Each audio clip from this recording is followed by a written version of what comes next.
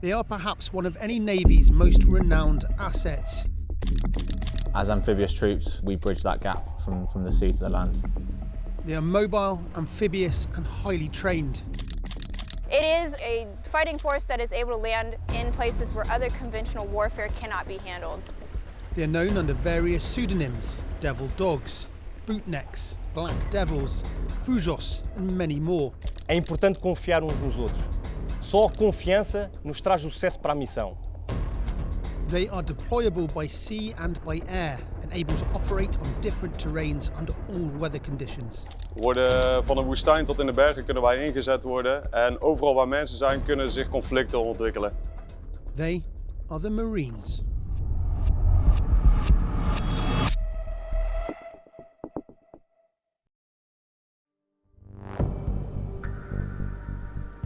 The unforgiving fjords and mountains of Norway, where temperatures reach -35 degrees Celsius, is for many a landscape to be feared and avoided. But for the UK's Royal Marine Commandos, it presents an ideal training ground. The Royal Marines are Arctic specialists, so we're out here every winter honing these skills, and there's a huge coastline up in Norway, so being able to operate from the boats adds so much to what we can do on the land. The relationship between Norway and the Royal Marines stretches back to World War II, when British commandos orchestrated a series of raids on the Nazi-occupied Norwegian coast. The Royal Marines started as the infantry of the Navy and then developed quite a lot through World War II, taking on that commando aspect, and that's the legacy of the Royal Marines. Norway and the United Kingdom are now close NATO allies. And for this group of commandos, the freezing conditions on the Norwegian coastline presents a challenging opportunity to conduct drills in their Orks, or offshore raiding craft. So the Ork is our jet boat, and we've got two variants. We've got the troop carrying variant, which can take 6 people and deliver them onto a beach, and then we've also got the fire support variant. And that's our kind of protection while we're out in the water. But in places and conditions like these, it wouldn't just be the enemy that they'd have to contend with. The temperature and the weather, obviously the biggest challenge out here, especially out on the water, because we've got the wind chill as well as obviously the water that freezes instantly as well. And if we're heading off down the fjord at a boat group at like 30 knots into a 30 knot wind, it can quickly become down to -60 plus, so we've got to take that into consideration as well.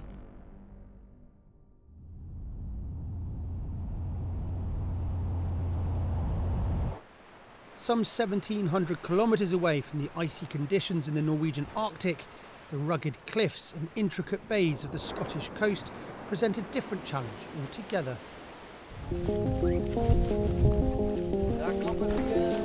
For these Dutch Marines, training here enables them to practice tactical insertions and extractions in different conditions than they might find back home. Ons motto, qua patet orbis, zo wijd de wereld strekt. Overal ter wereld moeten wij ingezet kunnen worden onder wat voor omstandigheden, terrein of weer dan ook. First they're inserted via helicopter. Then they must make their way through the Scottish marshland to a beach extraction point, where a landing craft will take them back to their ship. Met iedere operatie die je voert zijn er altijd gevaren die om de hoek kunnen kijken. Simpele gevaren zoals een veranderende sea state die ervoor zorgt dat het debarkeren van een kleine landingsvaartuig het bemoeilijk maakt. Daarnaast, je gaat simpelweg een vijandelijk gebied in vanuit een bootje. De vijand kan je van ver af aan zien komen. Dat kan je zeer kwetsbaar maken. But on this exercise, the Dutch aren't alone.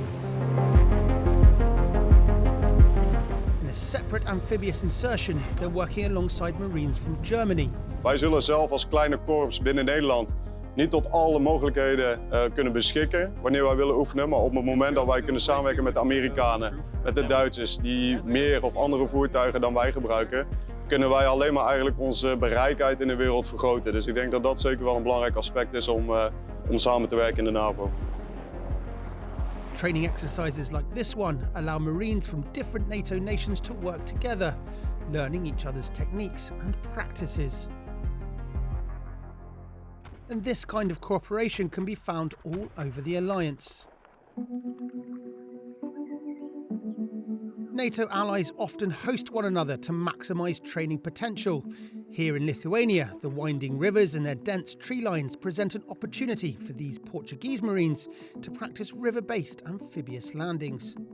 Sim, que os fuzileiros da Marinha Portuguesa conduzem uma operação anfíbia. Na fase 1, verificamos todo o material, equipamento, fazemos a camuflagem adequada ao meio ambiente. Fase 2. Nesta fase, iremos fazer a projeção pelos meios de bote Zebro 3 do Corpo de Fuzileiros.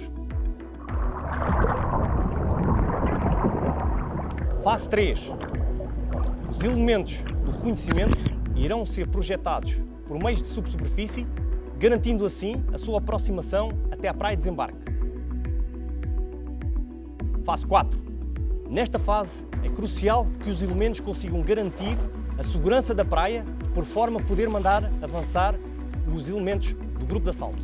Daqui Recon, praia reconhecida, segura e pronta para a força de desembarque. Escute. Fase 5.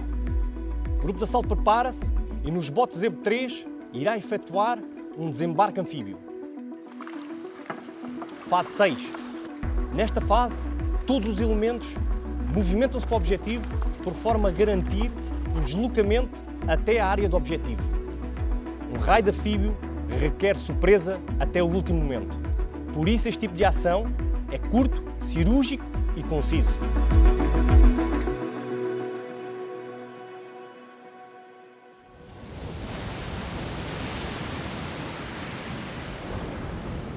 The biggest contributor to NATO's marine capability, with almost 180,000 active personnel, is the United States Marine Corps.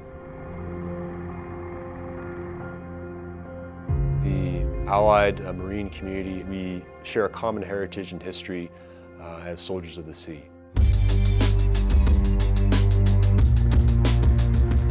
We're accustomed to having to be ready to pick up and move to a crisis area at a moment's notice in order to meet and accomplish the mission. Training in European countries with European Marines strengthens the bond between the Marine forces from different continents and ensures that if a crisis was to strike, they would be able to work together. We've been here since 1980, so there's a legacy and history of cooperation with our allies in the area. I'd say the best part of my job and then the best days are when I get to either sit down with or work remotely with Marine and Naval infantries across Europe. And in a traditionally male-dominated branch of the military, the United States, in 2016, opened up combat roles in the Marine Corps to women. I myself am joined by a myriad of other females here in roles such as logistics, flight controllers, engineer, female artillery officer here. That's just the officer side of things. On the enlisted side of things, I have female truck operators, boat operators. Having more females to look up to as role models has been extremely empowering.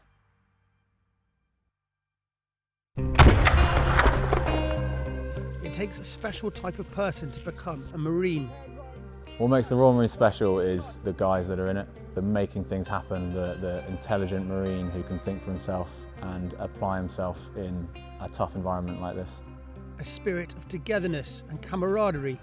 Je bent toch onderdeel van een kleine selecte groep binnen Defensie die zich op hele mooie plekken in de wereld in kan laten zetten. They are one of NATO's most respected assets.